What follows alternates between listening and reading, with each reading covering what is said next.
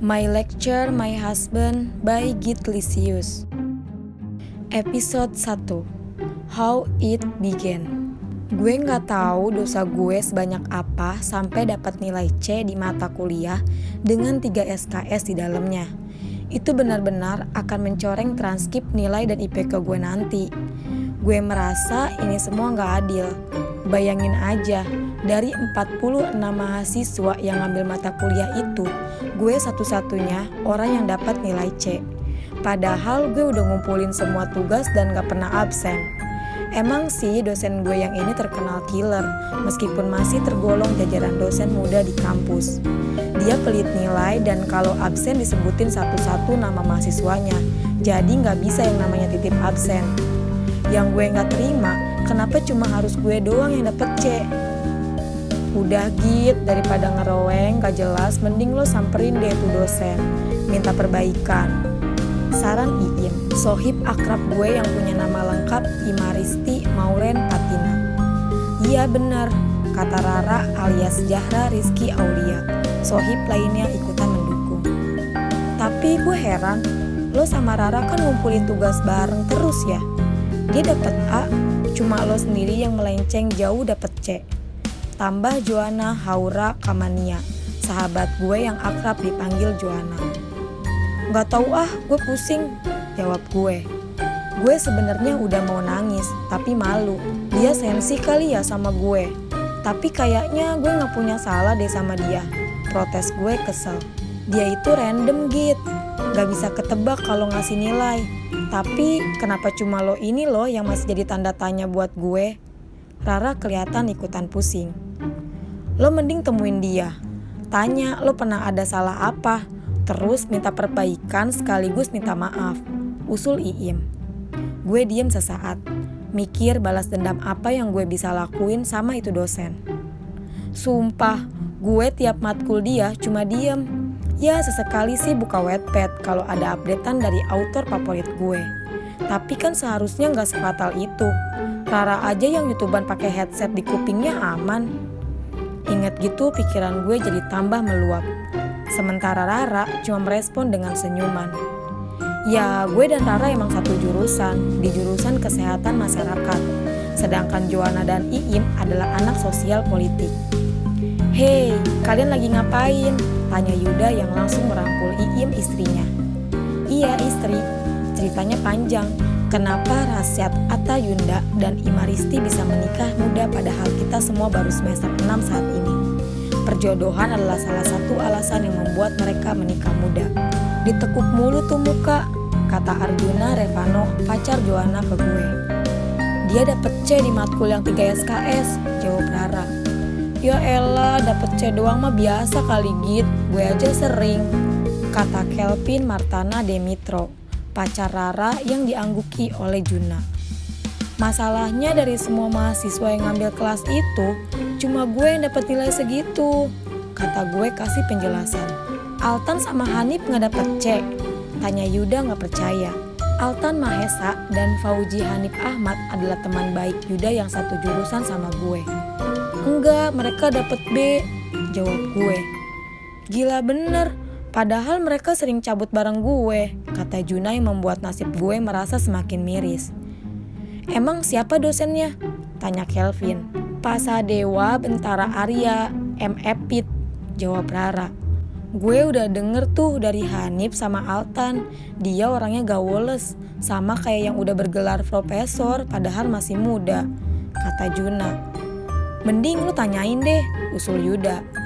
Iya, minta perbaikan. Gue udah biasa minta perbaikan, kata Kelvin. Gue pun hanya mendenguskan napas kasar. Kalau Kara kesini, bilang gue lagi ke ruang dosen. Gue mau protes nasib gue yang dapet C, kata gue pada akhirnya. Semangat Git, kata mereka kompak. Gue pun memasuki ruang dosen dengan langkah takut. Masalahnya, dosen gue yang satu ini terkenal susah untuk bernegosiasi.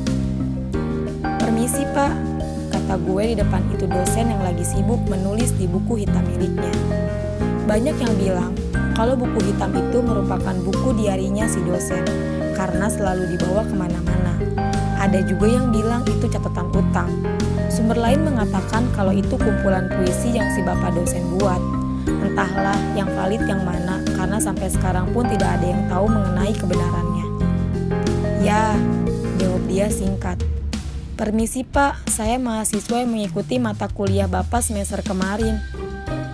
Emang kamu sudah resmi ganti semester? Libur aja belum? Kata dia datar, tapi nyelekit.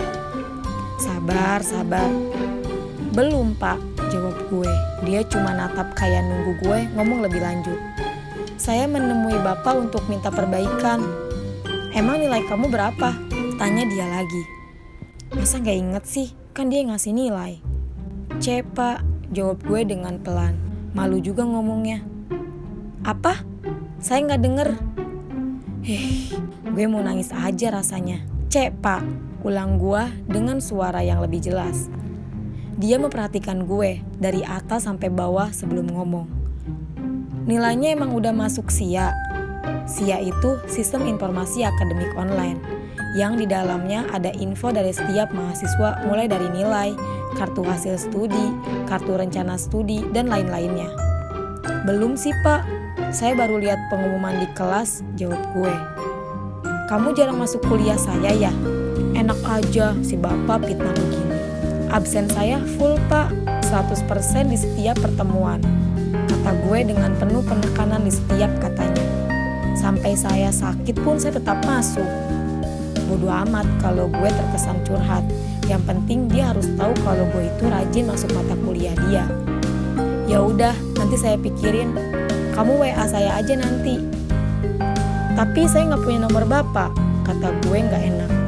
Di awal perkuliahan saya selalu memberikan nomor handphone saya ke mahasiswa, kata dia sambil menatap gue tajam. Gue cuma senyum gak enak karena ketahuan gak nyimpen nomor dia. Ngapain juga nyimpen nomor dosen galak kayak doi? Toh ada ketua kelas sama si Pen yang bertindak sebagai penghubung. Mana handphone kamu? Ragu-ragu gue sodorin handphone. Tapi secepat kilat dia udah narik handphone gue gitu aja. Gue sebenarnya malu karena lock screen dan wallpapernya adalah foto gue sama Kara, pacar gue. Kan gak enak kalau ketahuan sama dosen begini. Tapi Pak Arya gak ngerespon berlebih. Dia nulis nomornya, setelah itu dia balikin lagi HP-nya ke gue. Ada ketentuan waktu untuk menghubungi Bapak? Tanya gue.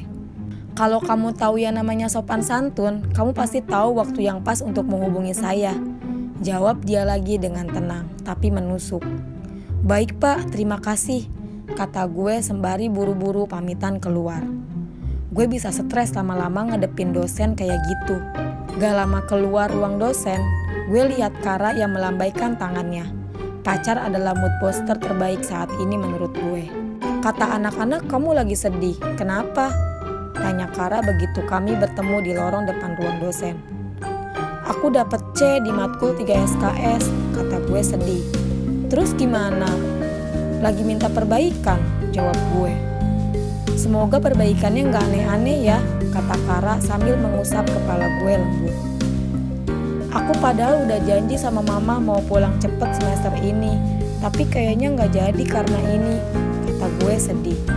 Ya gue emang merantau dan hidup sendiri sebagai anak tunggal yang belum pernah lepas sama orang tua. Jauh dari mereka jadi ujian tersendiri. Biasanya kalau ada kesempatan libur, gue pasti akan menyempatkan diri buat pulang. Mama kamu pasti ngerti kok, kamu semangat ya. Ayo kita makan, kamu pasti belum makan kan? Tanya Kara. Kara Tama Reina adalah seorang mahasiswa kedokteran. Dia juga semester 6 sama kayak gue. Kami kenal karena pesta ulang tahun Juna saat semester 2. Kami jadian di semester 3 dan hubungan kami sudah jalan 1,5 tahun. Kara anak yang baik dan perhatian. Dia juga perhatian dan itu yang bikin gue makin suka. Cuma satu yang kurang, kalau dia udah sibuk sama tugas dan gamenya, dia gak pernah inget buat ngasih kabar. Hal itu bahkan sempat jadi salah satu penyebab kami putus semester lalu. Kita akhirnya kembali lagi ke kantin. Di sana masih ada Kelvin sama Rara dan Joanna juga Juna. Iim dan Yuda sudah menghilang entah kemana. Gimana Git si Arya? Tanya Kelvin dengan kurang ajar. Hus, kamu tuh ya, gitu-gitu dia dosen, hormatin dikit dong, kata Rara. Pak Arya nyuruh gue WA dia nanti. Ntar dia mikirin tugasnya dulu buat gue, jawab gue. Dia udah nikah belum sih? Tanya Joanna penasaran. Kenapa Jo? Lo minat? Tanya gue sambil ketawa yang membuat Juna mendelik kesal ke arah gue. Ogah gue sama orang macam kanebo kering begitu, kata Joanna. Terus peduli amat mau dia udah nikah apa belum? Gak ada untungnya juga buat gue, jawab gue. Kalau udah, gue cuma gak habis pikir aja sih. Itu istrinya harus sabar kayak apa tahu untuk ngadepinnya, kata Rara. Biasanya orang begitu malah beda perilakunya ke orang yang disayang, timpal Kara. Iya sih, biasanya begitu, timpal Juna. Udah jangan bahas dia mulu, kesel nih gue bawaannya, kata gue sewot dan bikin yang lainnya makin ngakak. Pasangan halal kemana? Tanya Kara. Ya, dari kami berdelapan, julukan itu kami tunjukkan buat Iim dan Yuda yang sudah menikah. Ada urusan di rumah katanya, jawab Rara. Untungnya mereka walaupun dijodohin bisa berakhir kayak gitu, kata Joanna. Lagian zaman sekarang masih aja dijodoh-jodohin, elah kayak zaman purba aja, celutuk gue terus tertawa. Kalau ternyata lo dijodohin juga gimana Git? Tanya Joanna yang membuat tawa gue berhenti. Gak lucu, tapi kalau yang dijodohin sama gue mukanya kayak member EXO, gue sih gak nolak. Rara spontan menonyor kepala gue. Kara pacar lo genit tuh, adu Joanna ke Kara yang hanya Kara tanggapi dengan senyuman geli. Percayalah kalau ada voting untuk dosen menyebelin sepanjang tahun, gue gak akan segan untuk milih Pak Arya sebagai kandidatnya. Kenapa? Karena chat gue tentang perbaikan nilai cuma dibalas dengan kalimat, saya lagi sibuk, besok temui saya lagi. Guling di apartemen menjadi korban kemarahan gue malam itu. Plus Rara sama Joanna yang gue paksa untuk ngangkat grup call via line, kalau Iim sih gak nyambung. Yang namanya udah jadi istri mah urusannya banyak dan gue juga gak mau ganggu. Gue sampai nelpon mama dan bilang kalau anaknya lagi dapat ujian kehidupan, jadi gak bisa lebih cepat pulang. Mama sendiri udah ngebet banget nyuruh gue pulang gak tahu kenapa. Padahal kan gue liburan 2 bulan nanti, lumayan panjang waktunya. Gue masih melemparkan semua sumpah serampah gue di dalam hati sepanjang waktu untuk Pak Arya sampai gue masuk ke ruang dosen esok harinya. Permisi Pak, dia cuma melihat gue sekilas dan sibuk lagi sama buku saktinya. Kamu yang kemarin kan? Bikin aja makalah tentang mata kuliah saya, tema bebas, minimal 30 halaman. Semua harus rapi dengan format spasi dan huruf seperti skripsi. Kalau gak tahu formatnya, tanya senior kamu yang lagi skripsi dan besok pagi udah ada di meja saya, kata dia tanpa jeda. Rasanya gue mau jambak rambutnya sekarang juga. Kenapa dia gak bilang dari semalam sih? Kan gue jadi bisa nyicil. Gue masih sibuk mengumpat dalam hati sampai suara Pak Arya menginterupsi. Ada pertanyaan, tugas saya kurang jelas untuk kamu. Dia ngomong seakan gue orang bodoh. Gue kesel banget sekarang. Tidak Pak, saya mengerti, jawab gue sambil berlalu pergi. Bodoh amat dibilang gak sopan juga. Kalau tahu bakal kayak gini perbaikannya, gue nyesel minta perbaikan. Tapi transkrip nilai dan IPK gue gimana nanti? Yang IPK-nya bagus aja masih susah cari kerja sama cari jodoh. Apalagi yang jelek coba. Gue sempet papasan sama Rara dan Kelvin saat mau pulang lagi ke apartemen. Mereka kebingungan melihat gue yang baru sampai dan udah mau balik lagi. Mau kemana Git? Balik, jawab gue singkat. Lah baru dateng, kau dulu lah, ajak Kelvin. Arya nyuruh gue bikin makalah dan besok pagi harus udah dikumpulin di mejanya dengan banyak persyaratan. Kata gue seenaknya nyebut nama Arya. Dosen tukang bikin susah, itu orang gak takut tar hidupnya disusahin orang apa ya? Kata Rara heran. Gua memilih McDonald di dekat apartemen untuk mengerjakan tugas mengesalkan yang Pak Arya kasih karena mencari wifi gratis. Untuk anak rantau yang hanya mendapatkan uang kiriman 1 bulan sekali, menghemat adalah sebuah keharusan. Banyak restoran dan juga kafe yang menawarkan sarana wifi gratis. Tapi apa daya, uang gue hanya cukup untuk membeli spicy chicken bits dan juga coke float. Suara dering handphone gue membuat gue mengalihkan perhatian. Dan di mana Kara Tamarena dengan emoji love yang menyertai di belakangnya terlihat di layar. Halo? Halo, kamu di mana? Di McDonald deket apartemen, kenapa? Aku dengar dari Kelvin sama Rara, kamu dapat tugas dari Pak Arya dan besok pagi harus dikumpulin. Iya, mana banyak lagi 30 halaman, nyusahin aja. Aku kesana ya, aku bantu. Yes, love you Kara, love you too. Tunggu aku sebentar lagi sampai. Kara menyusul gue 15 menit kemudian dengan kentang goreng dan juga burger di tangannya yang memegang nampan. Hal itu membuat senyum gue mereka dan sedikit melupakan kekesalan. "Kamu belum makan kan?" tanya Kara yang gue jawab dengan anggukan. "Ini tanggung bulan, kamu tahu sendiri, aku belum dapat kiriman tanggal segini," ucap gue sedih. "Makanya jangan boros kalau awal bulan," kata Kara mengingatkan yang membuat gue mencibikan bibir gue. Dia hafal dengan kebiasaan gue yang boros di awal bulan. "Dimakan dulu, baru lanjutin tugasnya."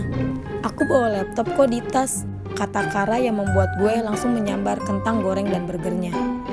"Tumben gak ngegame," ucap gue setengah menyindir. Pasalnya, semester lalu kami sempat bertengkar dan putus gara-gara Kara sibuk dengan gamenya dan melupakan janjinya untuk bertemu dengan gue yang akan berangkat KKN. Padahal saat itu, gue berniat untuk memberi dia kado untuk ulang tahunnya yang tinggal menghitung hari, semacam early birthday party gitu. "Cukup sekali kamu tiba-tiba minta putus terus ngilang gitu aja, susah dihubungi cuma gara-gara aku main game dan lupa sama janji aku," kata Kara yang membuat gue mengulung senyum. Saat KKN, waktu itu sinyal emang cukup susah didapetin. Lagi pula itu juga biar jadi pelajaran untuk Kara yang gak hanya sekali mengabaikan gue demi game dan tugasnya. Sebelum-sebelumnya Kara juga pernah melakukan hal yang sama. Hanya saja yang membuat gue marah dan minta putus saat itu adalah momen yang seharusnya ada jadi terlewat begitu aja.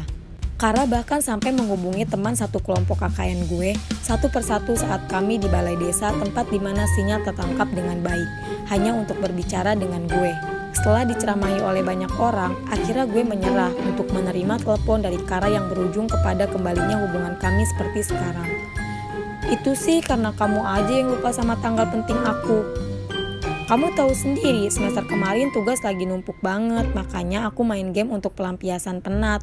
Aku tahu itu salah karena terlalu asik dengan dunia aku sampai lupa tanggal penting kamu. Tapi kan tetap aja." "Shh, udah jangan bahas itu lagi, aku gak mau hari ini kita berantem," bujuk Kara sambil mengacak rambut gue dengan lembut. "Sensinya cukup sama Pak Arya, oke? Jangan aku yang kena getahnya juga," lanjut Kara sambil menyuapkan kentang goreng ke mulut gue yang sukses membuat gue bungkam.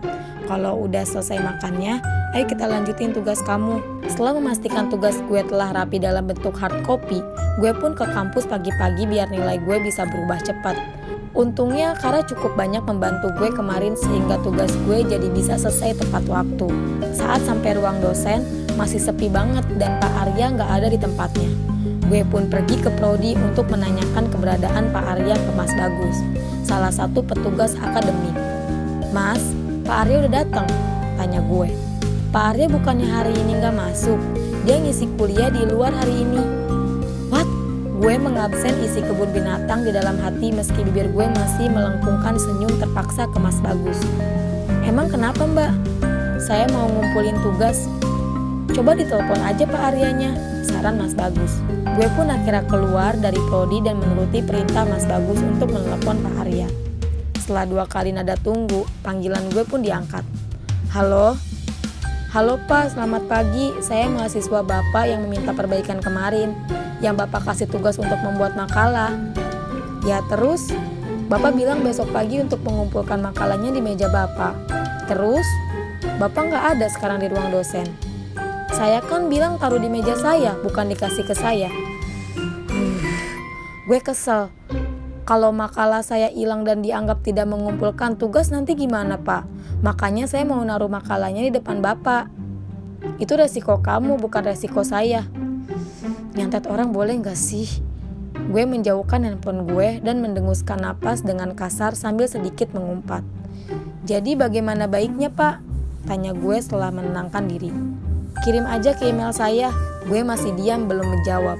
Dia udah lebih dulu memotong. "Kenapa? Kamu juga gak tahu email saya?" tanyanya sedikit sarkas. "Tahu Pak, tahu," jawab gue pada akhirnya. Setelah panggilan itu dimatikan gitu aja, yang membuat gue mengumpat untuk kesekian kalinya hari ini. Gue pun akhirnya membuka grup chat dengan angkatan untuk menanyakan email Pak Arya yang emang gak pernah gue catat. Semoga gue gak berurusan sama orang macam ini lagi. "Masih belum kelar urusan lo sama Pak Arya?" tanya Rara yang gue jawab dengan gelengan. "Setan emang itu dosen 1, umpat gue yang mengundang teguran dari Hanif. Setan itu harus dikasih sesajen Git. Mending lo kasih dia sesuatu deh, biar agak melunak sedikit dia. Biar nilai lo aman juga. Usul Altan yang diangguki oleh Juna dan Yuda. Gue bawain menyan, tanya gue yang otomatis membuat Joanna menoyor kepala gue. Giliran otak Altan ada benernya, otak lu yang error. Ya lo bawain kue atau cupcake atau apa kayak gitu, kata Ii menambahkan. Buah juga bisa, tambah Juna. Kalau enggak kasih apa kek, parfum atau dompet buat orang kakus macam dia. Kini Yuda yang beri usul. Lah, parfum apa dompet? Emang gue pacarnya apa? Tanya gue bingung. Lo mau nilai aman gak sih Git? Udah dikasih masukan juga, ucap Joanna dengan sedikit kesal. Sesampainya di apartemen, gue memutar otak untuk memberikan hadiah apa ke Pak Arya. Pasalnya di dalam dompet gue hanya ada selembar uang Rp10.000 dan juga Rp20.000. Jangankan untuk beli kue atau cupcake, untuk besok hari ke kampus aja gue pasti minta jemput salah satu temen gue atau Kara sebagai sarana pengiritan. Bodoh amat, ngapain gue ngasih dia? Lagian tugas gue juga udah gue kirim. Umpat gue dengan kesal sambil menjatuhkan diri ke ranjang dan bersiap untuk tidur. Suara getar handphone membuat gue mengalihkan perhatian dan melihat satu notifikasi pesan dari Pak Arya yang langsung membuat gue spontan mengumpat. Besok bawa hard copy-nya ke meja saya. Saya belum sempat mengecek email. Ah, itu dosen, bikin kesal banget sih, umpat gue sambil melempar handphone gue ke atas kasur. Kayaknya bener kata Altan deh, gue harus ngasih sajen ke Pak Arya. Tapi apa? Duit gue baru dikirim besok lagi. Gue pun memutar otak mengenai hadiah yang harus gue kasih ke Pak Arya. Dan gue baru ingat kalau hadiah ulang tahun untuk Kara waktu itu belum sempat gue kasih. Gue segera membuka laci lemari dan melihat kotak yang berisi dompet kulit merek Hugo Boss. Dompet itu adalah dompet yang sangat Kara inginkan dan gue menabung selama beberapa bulan untuk membelinya. Hanya saja saat itu hubungan gue dengan Kara memang sedang goyah, sampai gue belum sempat memberikannya. Apa gue kasih ini aja ya? Gue akhirnya membawa tugas gue dan juga hadiah yang seharusnya menjadi hadiah ulang tahun untuk Kara ke ruangan Pak Arya keesokan harinya. Dengan sedikit bantingan, gue pun ngasih makalah itu di depan mukanya. Ada banyak yang saya harus urus akhir-akhir ini, jadi maaf, kata Pak Arya tanpa melihat merasa bersalah sedikit pun. Mau lu banyak urusan kek, kayak yang di tengah jalan kek, gue gak peduli. Gak apa-apa Pak, oh iya ini buat Bapak, ucap gue sambil menyerahkan bungkusan hadiah yang sudah gue persiapkan sebelumnya. Anggap aja itu sebuah gratifikasi dari saya, jawab gue yang membuat Pak Arya menatap tajam. Kamu nyogok saya? Tanya Pak Arya dengan nada yang sama sekali tidak terdengar enak. Bukan Pak, serius itu hanya sebagai ucapan terima kasih saya karena Bapak sudah mengajar saya selama ini, ucap gue dengan gugup karena Pak Arya terlihat marah. Kamu saya bisa adukan ke dekan soal suap yang kamu lakukan ini, ucap Pak Arya yang membuat gue membelalakan mata. Suap katanya, jelas-jelas gue ngasih itu buat hadiah. Niatnya ngurangin masalah, kok malah nambah masalah sih? Pak, saya sama sekali tidak ada niat ke arah sana, sumpah, ucap gue dengan frustasi. Ini orang emang gak bisa dibaikin banget sih. Kamu kira saya tipe orang yang bisa disogok? Altan sialan, usulnya gak pernah ada yang bener. Ini namanya gue ngegali lubang kuburan gue sendiri. Demi Tuhan, saya gak ada niat untuk menyogok Bapak. Saya akan adukan kamu ke dekan, ucap Pak Arya dingin sambil berlalu meninggalkan ruangannya. Gue mengintip dari pintu ruangannya dan melihat Pak Arya beneran pergi ke arah ruang dekan. Kampret, beneran gue diaduin. Gue memilih untuk mengambil langkah 1000 menjauhi ruangan dosen itu. Mau dapet C juga bodo amat, kalau gue sampai kena sanksi, lebih ribet urusannya. Gue merasa gelisah keluar dari ruangan Pak Arya. Gue hanya bisa berharap kalau dia tidak akan membawanya masalah itu terlalu jauh. Hanya teguran aja misalnya. Bukan gue harus mengulang mata kuliah dia atau lebih parahnya lagi di drop out. Gue akhirnya milih untuk kembali nongkrong bersama teman-teman di kantin kampus untuk menceritakan hal yang baru aja terjadi.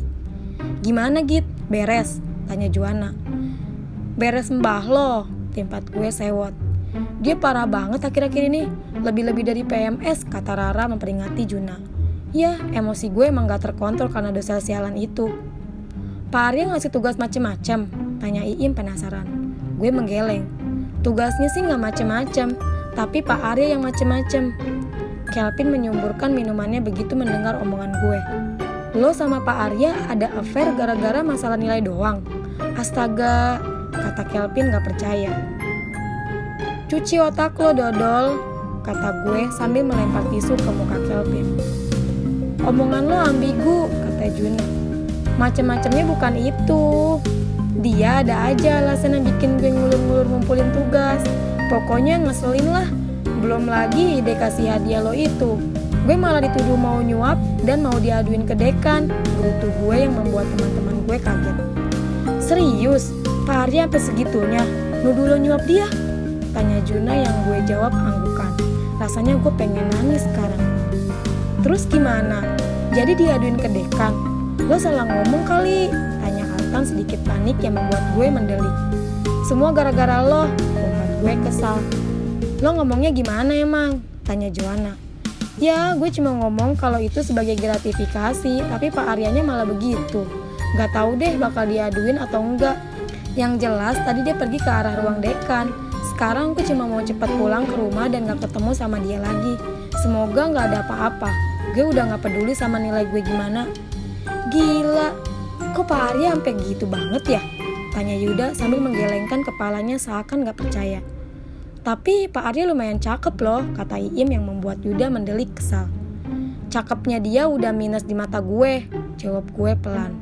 Gak lama Kara bergabung di tengah-tengah kami dengan buku tebelnya yang enak untuk dijadikan bantal itu. Udah lihat daftar dosen untuk semester depan? Tanya Kara yang membuat gue mengerutkan alis. Udah ada, cepet amat sih, keluh gue. Masuknya emang masih 2 bulan lagi, tapi bulan depan paling lambat ngisi KRS. Daftar matkul sama dosennya udah ada, coba kalian lihat sih ya. Selain posisi menentukan prestasi, di dunia perkuliahan juga berlaku dosen menentukan prestasi. Dan gue memaki kebo saat melihat nama Sandewa Bentara Arya ada di daftar 2 mata kuliah yang harus gue tempuh di semester depan. Gue mau cuti kuliah aja, mending nikah deh daripada harus ketemu dosen modelan begitu, kata gue kesal dengan air mata yang mengenang. Kara di samping gue udah mengelus punggung lembut dan bilang kalau gue harus sabar. Kamu nikah sama siapa? Kan aku belum lulus, kata Kara. Tapi ngebayanginnya tuh, aduh aku udah stres duluan, kata gue frustasi. Yang lain memandang gue dengan penuh simpati. Mereka tahu akhir-akhir ini gue stres banget gara-gara dosen satu itu.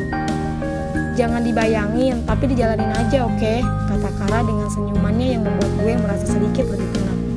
Kayaknya lu banyak dosa deh Git, sampai-sampai ketemu dia mulu, kata Joanna. Ini nih malah yang bikin panas, temen macam apa coba? Bodoh amat sih, gue kesel sama dia. Gue sumpahin hidupnya susah dan gak laku-laku ntar, kata gue. Jangan pernah terlalu benci sama dosen, ntar kalau dia yang jadi pembimbing skripsi lo gimana? Woi, Juna lo jahat banget sih, teriak gue histeris. Hati-hati lo, ntar balik ke sumpah lo, kata Kelvin ngeledek. Emang gak guna ya, teman lagi gelisah begini bukannya dihibur malah diledekin coba.